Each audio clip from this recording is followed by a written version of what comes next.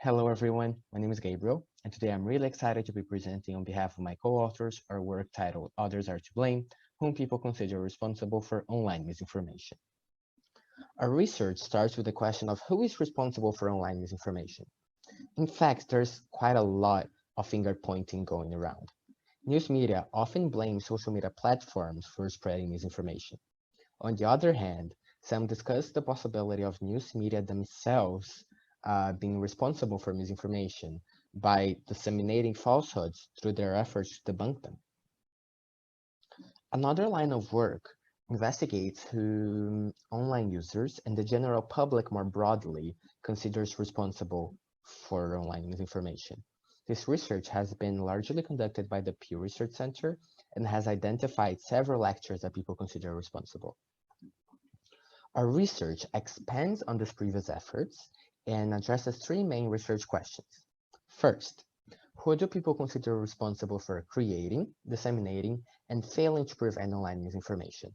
Past work from Pew has focused only on a specific aspects, such as only creation or just prevention. In this work, we address these three together. Second, how does political orientation influence who is considered responsible? Previous research suggests that there might be some differences across the political spectrum, so we investigate whether the political orientation of participants influences who they deem responsible. Third, and finally, we ask, do people perceive themselves as players in online misinformation? There is some work, particularly from Pennycook and colleagues, that show that people might share misinformation unintentionally. Thus, we ask, do people perceive themselves as responsible for online misinformation? In the paper, we present the results of two studies. However, due to some time limitations, I focus on study 2 in this presentation. But before we move on to the results, let me explain a little bit about study 1. So in study 1, participants wrote down 3 entities that they consider responsible for online misinformation, and 3 entities for each aspect of online misinformation, for the creation, dissemination, and the prevention. We then went over all of these open-ended responses and coded them qualitatively. We clustered responses into several actors that people deemed responsible. We also found that some people were explicit about political orientation and that the majority of respondents externalized responsibility.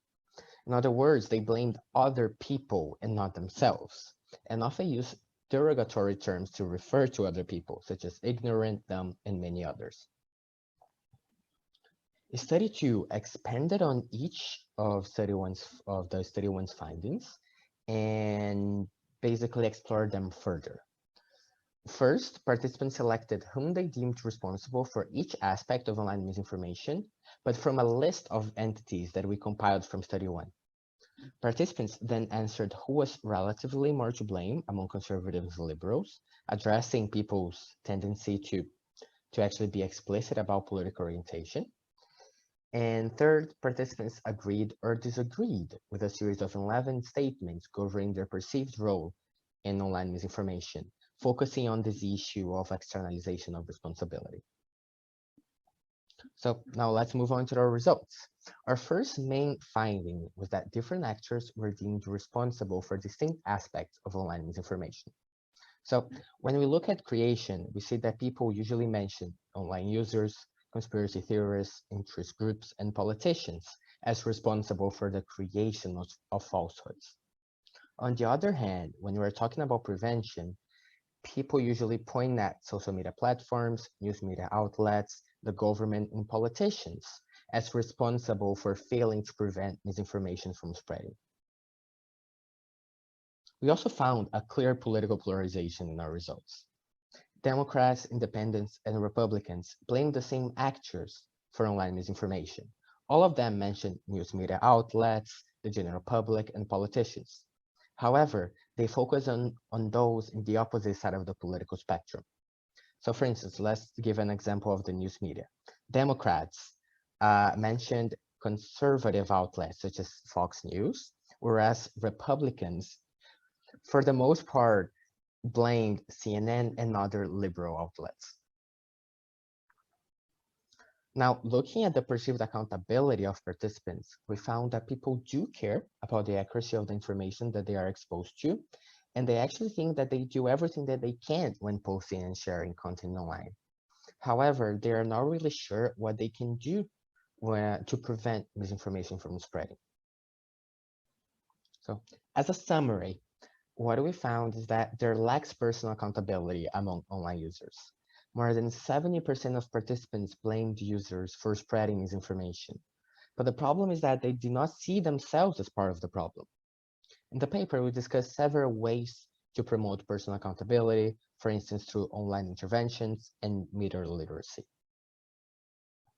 We found that both social media and news media were considered highly responsible for misinformation. More than 50% of participants thought that news media is to blame, and highlighting that these outlets should be aware of how they might disseminate misinformation unintentionally. Social media companies were considered the most responsible actor for the failure to prevent falsehoods from spreading. More than 65% of participants thought that social media should prevent misinformation. And this shows how people expect the current efforts that have been, for instance, deployed in the US during the latest presidential election should be expanded to other countries and other events. Finally, we found a really stark political polarization in our results. Even though liberals and conservatives blame the same actors for misinformation, they focus on those that they disagree with politically. This is an intriguing and worrying result because political polarization can be a barrier to the effective regulation and the prevention of online misinformation.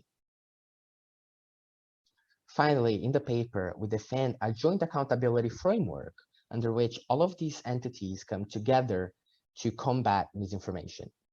So for the side of the online users, we highlight the importance of personal accountability to make sure that people are aware of how they might disseminate misinformation unintentionally. In terms of politicians, we highlight that they should cross the aisle and collaborate with those that they disagree with politically so that they can solve this issue that affects both of them equally. In terms of news media, we highlight how news media should be responsible for disseminating accurate information, but they must also be aware of how they might unintentionally share inaccurate information and disseminate it even more through their efforts to debunk these falsehoods. Finally, for social media, we defend that the current efforts that have been taken, particularly in the US, should be expanded to different circumstances to ensure that misinformation is combated all around the world and effectively. So thank you very much for listening. I'm looking forward to any questions that you may have in the online platform and in the live session. And thank you very much.